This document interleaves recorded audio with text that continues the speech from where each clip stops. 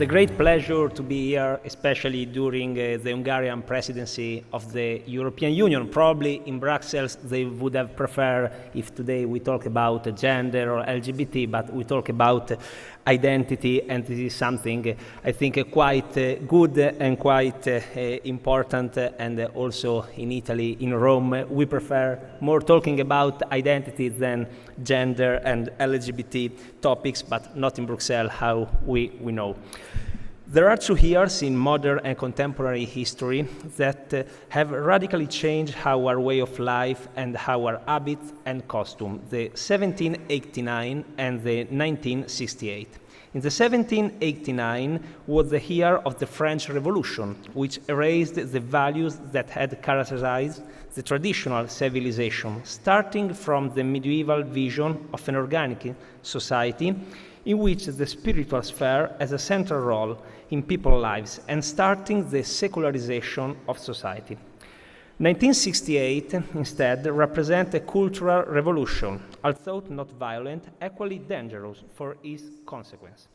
1968 calls into question 2 pillars of society, such as the family and the school, and the principle of authority represented by parents and teachers.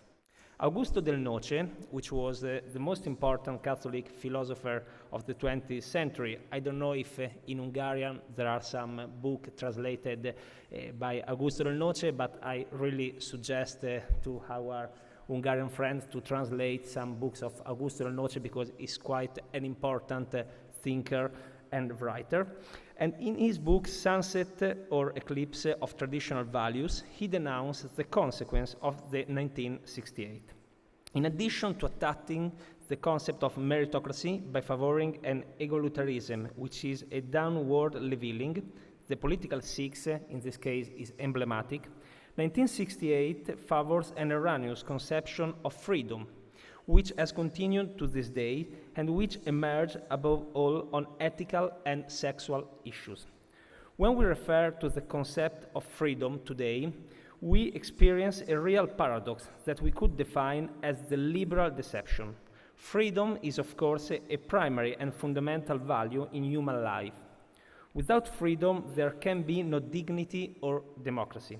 The paradox I'm referring to is due to the fact that today the progressive and the liberal world invokes freedom in a way that is not appropriate, and on the contrary, does not defend it when it's truly questioned. When it comes to defending freedom of speech, for example, and freedom of expression from the follies of the politically correctness and the cancel culture, progressives say nothing, but instead invoke freedom to justify decision on ethical issues. The perfect example in which I am referring to is, again, the European Union. How you know, a few weeks ago, the former French European Commissioner Thierry Breton wrote a letter against Elon Musk, and he wanted to close how Lula did in Brazil X, so Twitter. On the other side, the European Union decided to insert inside the principle of the Europe the right of the abortion, but they forget to underline how is important, for example, the right of life. With my body, I do what I want has become a mantra to justify abortion, while forgetting the right of life. As Pope Benedict XVI explained in the book that collects some of his main speeches entitled True Europe, freedom without moral foundation becomes anarchy. In this sense, the marginalization of faith and the radicalization of freedom leading to anarchy would be the end of Europe and also the end of the great European legacy of human dignity and rights. The danger of an incorrect conception of the concept of freedom frequently returns in Ratzinger's words, according to which a confused ideology of freedom leads to a dogmatism that is proving to be increasingly hostile toward freedoms. When we talk about freedom, we must therefore take into consideration a fundamental aspect. Freedom cannot be separate from ethics. I think that the concept and the word of ethics is something quite important, and if we refer to sometimes the political sphere, the ethics is something that is not anymore important. Freedom and ethics are two aspects that must go hand in hand, since one thing does not exclude the other. For this reason, the 1968 motto, "Forbidden to forbid," is wrong, and must be rejected because it contradicts a fundamental aspect at the basis of conservative thought. Freedom is linked to other natural values that man must respect. This concept was very clear in traditional civilization, in which there was a respect and fear of the spiritual sphere that has disappeared today. The ethical and moral aspect had disappeared from our society, also due to the crisis of traditional religions, in particular Christianity. Without a doubt, 1968 and the sexual revolution that resulted from it determined this break between ethics and society. It's a cultural revolution that had radical consequences in society. It's not coincidence that during the protest and demonstration in Paris and Berlin in 1968 against the police, the students carried a copy of Wilhelm Reich's book, The Sexual Revolution. In this text, Reich supported the breakdown of the natural family and the need to talk about sexual themselves even as children. In this sense, to understand the student revolt, it was first necessary to understand the thoughts of Reich and other leftist intellectuals, like, for example, Sartre and many more other leftist intellectuals. This was understood by Roger Scruton, and Roger Scruton in 1968, he was in Rome in this period, and he was quite funny and interesting because it's something that nobody remember, but he lived in Rome. He was hosted by the children of Luigi Einaudi, that was the former president of the Republic of Italy, and Luigi Einaudi was a classical liberal. And Roger Scruton wrote a short essay published in the magazine First Things entitled, "Is Sex Necessary?" Scruton points out that our institutions have been destroyed, the old moral have disappeared, and, I quote Scruton, "the result of the sexual revolution is there for all to see, far more alarming and far more devastating for the next generation." Today, we are experiencing a further step, not only as the sexual revolution that began in 1968 enter in our lives, influencing habits and costume, but the state and the sovereign national entities, such as the European Union, want to enter in people's private lives by imposing obligations and rules also in the sexual fields. You Hungarians have lived for decades under a communist dictatorship, and you know well what it means for a state to enter the private life and also try to replace itself in family education. It was really interesting what the Minister of Culture of Hungary said before, the importance of university. Imagine that in Italy, in the University of Trento, Trento is the city of the famous Council of Trento, the university chancellor decided to create a new law inside the university, in which he said, in our university we don't want to use the so-called shower, we don't want to use the so-called asterisk instead of female and a male pronoun. So from today, all the official documents of the University of Trento will be signed only with the female name. And he was a man. So imagine how is becoming crazy this vision. And it's also becoming crazy, luckily you are in Central Europe and you don't have this problem, but in Western Europe we have many problems, for example with the so-called Queer for Palestine, the protest inside the university in which on Monday these people want to underline how is important gender, how is important, for example, queer rights, and on Tuesday they say we are against Israel, we are with Palestine because we want to fight for this battle. But they don't understand how is contradictory, because how, you know, the LGBT rights are not respected by Hamas, if I'm not wrong. In any case, what is important to underline that today the same thing is happening through the delegitimation of the family in the education of children, and by proposing to introduce sexual education lessons in school, starting from primary school. With the excuse of a weekly sex education hour, they will try to introduce gender into school, with the risk that children as early as 6-7 years old will be forced to listen to topics that should not concern children. It's important to underline one aspect. The education of children is responsibility of the family, not of the state.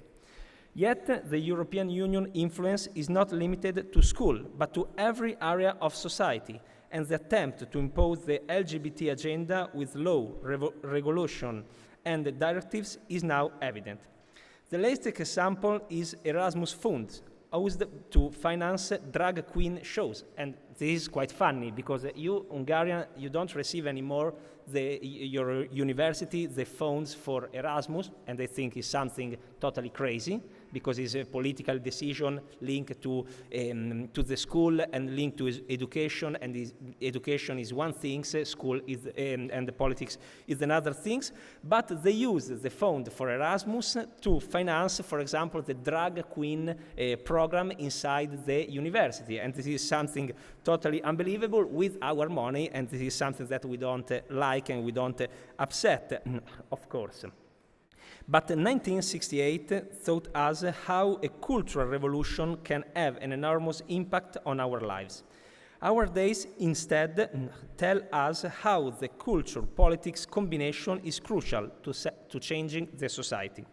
This is what is happening precisely on ethical issues, with cultural action combined with the activity of the European Union, which, instead of favoring politics to support the family and the birth rate, dedicates its attention to gender and LGBT. So, what does the counter-revolutionary action on sexual issues consist today? Without doubt, in a dual activity made by culture and politics. We need to reaffirm the centrality of parents and the family in the education of children, and rediscover the centrality of ethics that has been lost in our society. When I talk about cultural action, I'm also referring to the models to be offered to young people, in particular through films, TV series, and social networks. I don't have to say to you, if you see, I don't know, a Netflix, a movie or TV series, there is always a part made by the importance of the minority. There is always a part linked to the importance of the gender.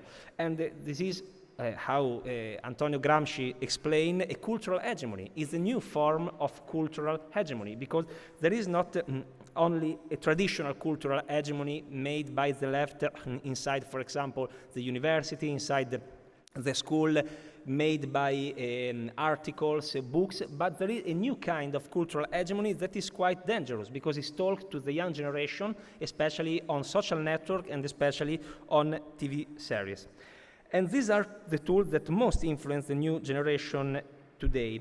And if we see the prevailing orientation of opinion, these communication tools, particularly on gender, we realize that they are certainly not all oriented in a conservative sense. So it's essential to create positive models. At the same time, political action is needed to incentivize birth rate and family policy, as happens, for example, in Hungary with your government that is working a lot on these important issues. But today in the West, there is an ongoing cultural battle that affects various areas and concerns our future. One of the main themes is sex, of course, and the relationship with society, particularly with the new generation. There are two books published in recent years, and one is written by Christopher Rufo and is titled American Cultural Revolution, How the Radical Left Conquered Everything, and another is written by a South American and Argentinian writer. It's called La Batalla Cultural, Reflexiones Críticas para una Nueva Derecha, is meaning a reflection for a new right. And both these books underline how culture, how woke culture represents the main danger for our era. One of the main pillars of the work is, of course, gender theory, which is the sexual revolution of the 24th century. How is explained in an article written by Emily Coe and published by the Heritage Foundation, gender theory emerged from university and have been propelled into the mainstream by identity politics. Gender theory asserts that the body can be amended to match the self-perception. Doctors treat gender dystrophia unlike other disorders related to body imaging. Gender ideology has also permeated American culture, and I add not only American culture, but also Western European culture, and know that the parents who question is now risk challenges from the government. This sexual revolution is more dangerous than the previous one, as it calls into question natural elements, such as the distinction between man and woman, and the fact that a child can only be born from a man and a woman. There is a famous quote made by Chesterton that explains how today concepts that are normal are considered as abnormal. Chesterton says, "We shall soon be in a world in which a man may be honored down for saying that 2 and 2 make 4, in which furious party cries will be raised against anybody who says that cones have horns, in which people will persecute the heresy of calling a triangle a three-sided figure, and hang a man for meddling bombing with the news that grass is green." Gender theory, as happened with environmentalism or the theme of the war in Ukraine, for example, takes on a dogmatic character and became a new kind of religion which can be, for example, questioned. On ethical issues is happening a representation of dissent, so that, particularly in Western Europe, the politically correctness dogma of the new sexual revolution cannot be countered. In this case, it's not just a contrast to the free speech and freedom of expression that characterize woke culture, but there is a real repression of dissent. The description of a recent published book on woke is emblematic. The world is being divided by an unprecedented sexual revolution. On one side, there is woke LGBT generation that is progressively expanding the natural boundaries of sexual identity.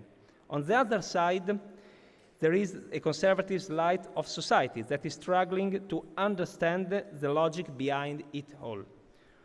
From the changing of body parts to the changing of pronouns, confusion seems to be centerpiece to this movement. The accusation of hate, bigotry, have become weaponized terms for any who do not comply or celebrate LGBTQ+, in any case, agenda. The battle rage as an absurd is becoming the new norm. So, today, the most worrying aspect of this new cultural revolution is that it affects every area of our society, from language with natural pronouns to our way of life. For example, recently, an Indian airline introduced gender neutrality for the plane tickets. So when you buy plane tickets, you can say if you are a man or a woman, but you also can define yourself as a neutral. And the big problem is, of course, as I said before, the children and the school. So we must oppose, not as conservative, but as a people of common sense, of what is happening in our society. Identity is a political weapon is the title of this interesting conference, but we must use this weapon to fight against woke, cancel culture, and political correctness. What we need today is more identity and less globalism. What we need today is more nation and less European Union, and what we need today is more Rome and Budapest and less Brussels. Thank you.